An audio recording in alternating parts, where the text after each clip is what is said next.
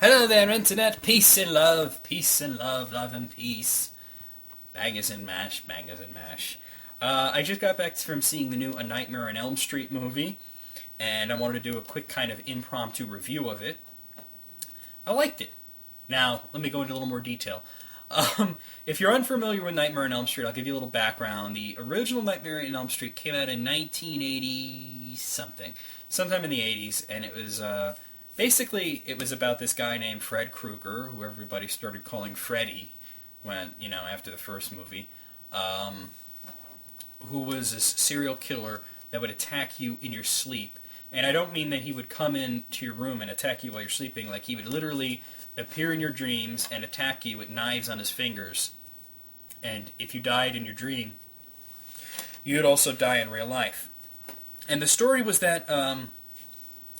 he was a serial killer who preyed on children, and a bunch of parents hunted him down and killed him. And what they did was they burned him alive in a boiler room by tossing a Molotov cocktail in there while he was, hiding from them. And somehow, and they never really explained this, but somehow he became a supernatural entity that could attack you in your dreams. And they never, like I said, they never really explained it. I mean, I don't know, maybe when he died, he went to hell, and they're like, nah, you're just too fucking evil for us. And I don't know. I couldn't explain it. And it's okay. I don't really care how he does what he does. Because it's a horror movie. You're not supposed to over-explain everything, because that just takes the horror out of it. The unknown is what's scary. Anyway, the first movie was really good, and they made a lot of sequels. They made 7 movies. Nightmare on Elm Street, 2, 3, 4, and 5. And then they did Freddy's Dead, The Final Nightmare. And then they did a really crazy one called Wes Craven's New Nightmare, where Freddy came back and, in real life, and started killing the people who made the Nightmare on Elm Street movies, like Wes Craven and whatnot. And that was just, it was alright, but... It was the beginning of Wes Craven completely losing his shit. I do have to say that.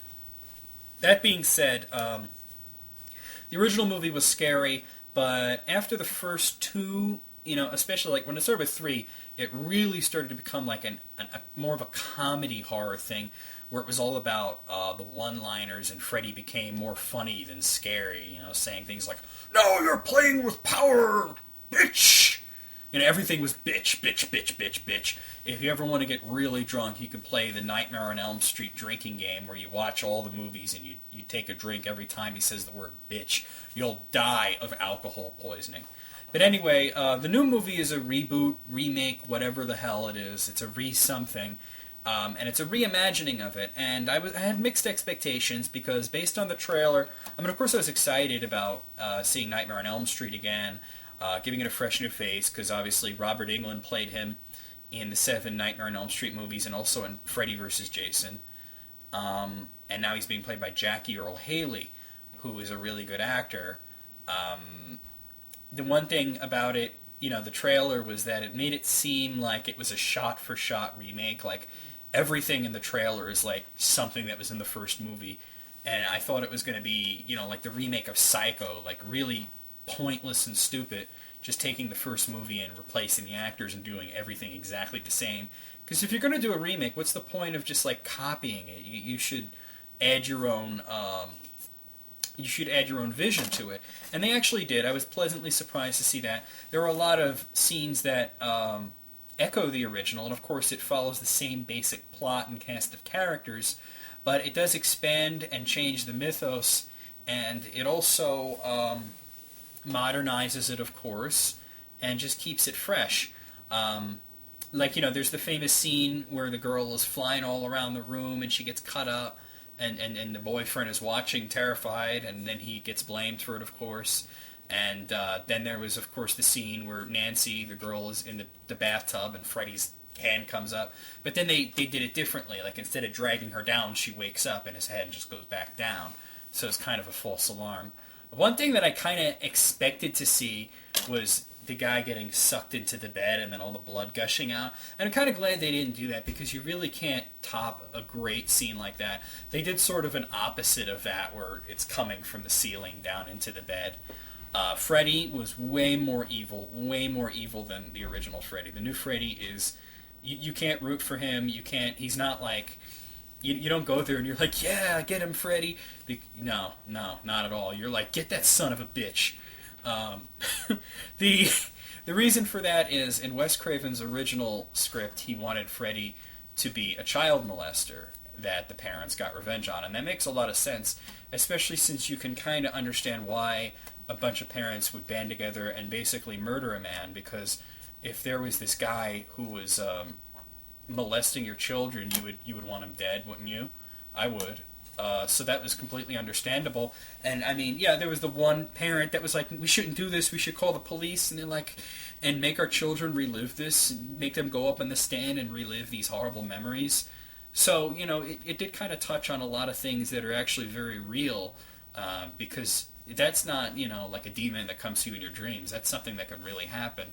And then, of course, he becomes something much more, but he's still at his heart an evil son of a bitch. He's way more creepy, way more evil. If they ever make sequels, and I kind of hope they don't, because you don't really need to make sequels, I hope that they don't turn him into a comedy character, because it won't work now. You have to keep him evil. Speaking of sequels, I mean, the ending was very much typical Friday the 13th. It wasn't that at all. And it was a very typical Nightmare on Elm Street, where, they get Freddy in the way that you've basically seen before.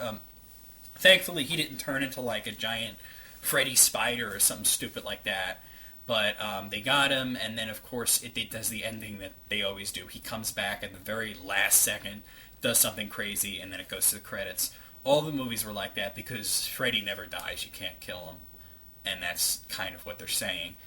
Freddy will be back. And it's always ambiguous. It's like, is that a dream? Is that a nightmare that the character's having because they finally fell asleep and then they had a nightmare? Or is he really back? And it always kind of kept you guessing. The acting was okay. Jackie Earle Haley was great. The rest of the characters, I mean, it was mostly teenagers, and I don't know, I kept expecting them to start singing and dancing. But overall, I really liked it. I thought it was genuinely scary. It was well acted. It was well shot. It didn't go over the top. It restored Freddy to being, like I said, less of a trickster and more of an evil son of a bitch. And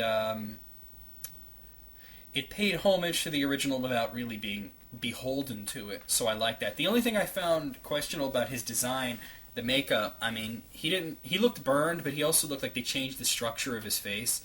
I guess they were trying to show that he was melted or something, but I thought he looked like one of the people from Avatar. So that, except instead of blue, he was burnt flesh color. So overall, like I said, if I was going to give it a score from 1 to 10, which you guys come to expect from me, I would give it an 8. So Nightmare on Elm Street, the 2010 version, gets an 8 out of 10. I do recommend it. One thing that bugged me was that there were people that brought kids to see it, and I mean teenagers, like kids. And I mean, not only is it an R-rated movie with lots of blood and gore, but it is about a child molester who comes and cuts you up while you're sleeping. What the hell are you thinking bringing your kids to see this? You're out of your minds. I think those people who do that are bad parents. If you can't find a babysitter, then fucking stay home and get Netflix, you sorry sack of shit. But that being said, I liked it. 8 out of 10. See you later. I got a GameCube collection update coming. New episode of the VMX show coming tomorrow. And on Monday, we're going to start the Zelda playthrough. VMX out. Oh, snap. That's right. I was supposed to do a GameCube collection update. What am I doing over here? Shit. Well, I'll just show you the games right here, huh? Okay. So here's Kirby's Air Ride, or Kirby Air Ride, which I paid a ridiculous $20 for. Pre-owned my ass. It's player's choice. That's full price. Whatever. I thought I had this one, and it turned out I didn't. Remember when I was reading the list of games I didn't have, and I said, Kirby Air Ride, I know I have that. Well, I was wrong. What happened was I had meant to pick it up, but then I put it down and grabbed some other game instead. Even though I didn't tick it off my list, I ticked it off my list in my brain. So, yeah. I got a bunch of Harry Potter games. Here's Quidditch World Cup. I paid $4 for that. Oh, there's Digimon World 4. I paid $13 for that. There's Goblet of Fire.